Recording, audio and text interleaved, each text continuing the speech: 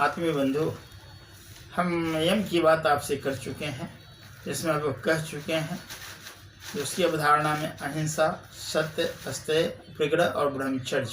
जब यम को अच्छी तरह आप समझ लेते हैं तो फिर नियम की अवधारणा में आपको उतरना पड़ेगा। ये प्रकृति भी नियमाधीन है, कोई इसका नियंता है जो इसको नियम से बांधे हुए है। उसी तरह में शौच, संतोष, तप, स्वाध्याय, ईश्वर परिनिधान की अवधारणा को समझना होगा। शौच का अर्थ होता है पवित्रता।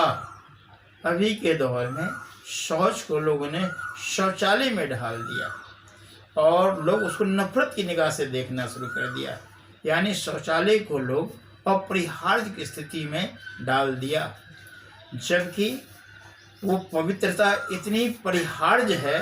गीता में कहा गया है, नहीं ज्ञानेन सदृश पवित्र में विद्यते, यानी जब तक आपके शरीर से विकार निकलेगा नहीं, और सारा विकार निकालना संभव भी नहीं है। दोष धातु मल मूलम शरीरम अस्ति, यानी दोष धातु मल की साम्य अवस्था भी निरोग की अवधारणा में आती है। ऐसे में शौच का संबंध शुचिता से है, पवित्रता से है, भव्यता से है, दिव्यता की अनुभूतियां से है, यानी निर्मलता से है। निर्बलता में अविरलता की अवधारणा जब चट्टात होने लगेगी, तब जो आपकी अनुभूतियां होगी वो आपको संतोष दिलाएगी।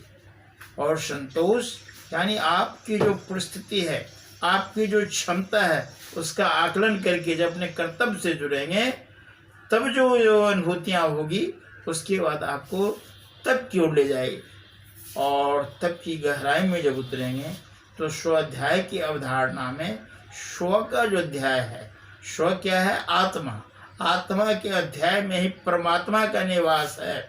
और जब उसके क्रम में आप अपने भीतर उतरना शुरू कर देंगे, जीवन यात्रा की शुरुआत हो जाएगी, तब जाके ईश्वर परिनिधान की अवधारणा की अनुभूतियां आपसे जुड़ जाएगी।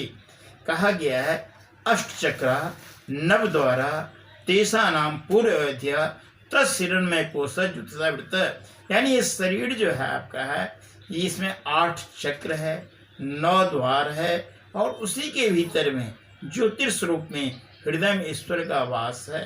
तो इसके क्रम में शौच, संतोष के बाद आसन की प्रक्रिया में आपको अपने शरीर को स्वस्थ अवस्था में डालना होगा।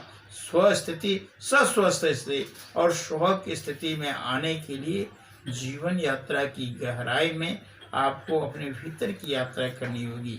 बाहर प्राय भौतिकता में लोग भटक जाता है और शांति भी उसके लिए एक सपना हो जाता है, जबकि जीवन इस सबसे अलग स्वयं अपने आप को जान लेने के लिए है। जिस क्रम में को हम, कुत्र हम, किम हम की अवधारणा में अगर यम का पालन हो, नियम का पालन हो, आसन की प्रक्रिया को लोग ढंग से समझ ले, तो उसके बाद जो अगला चरण होता जाता है, जिसमें स्थितियां उसको उपलब्धि की ओर ले जाती है, और धीरे धीरे एक कदम दर कदम चलते हुए हम उस सोपान पर पहुंचते हैं।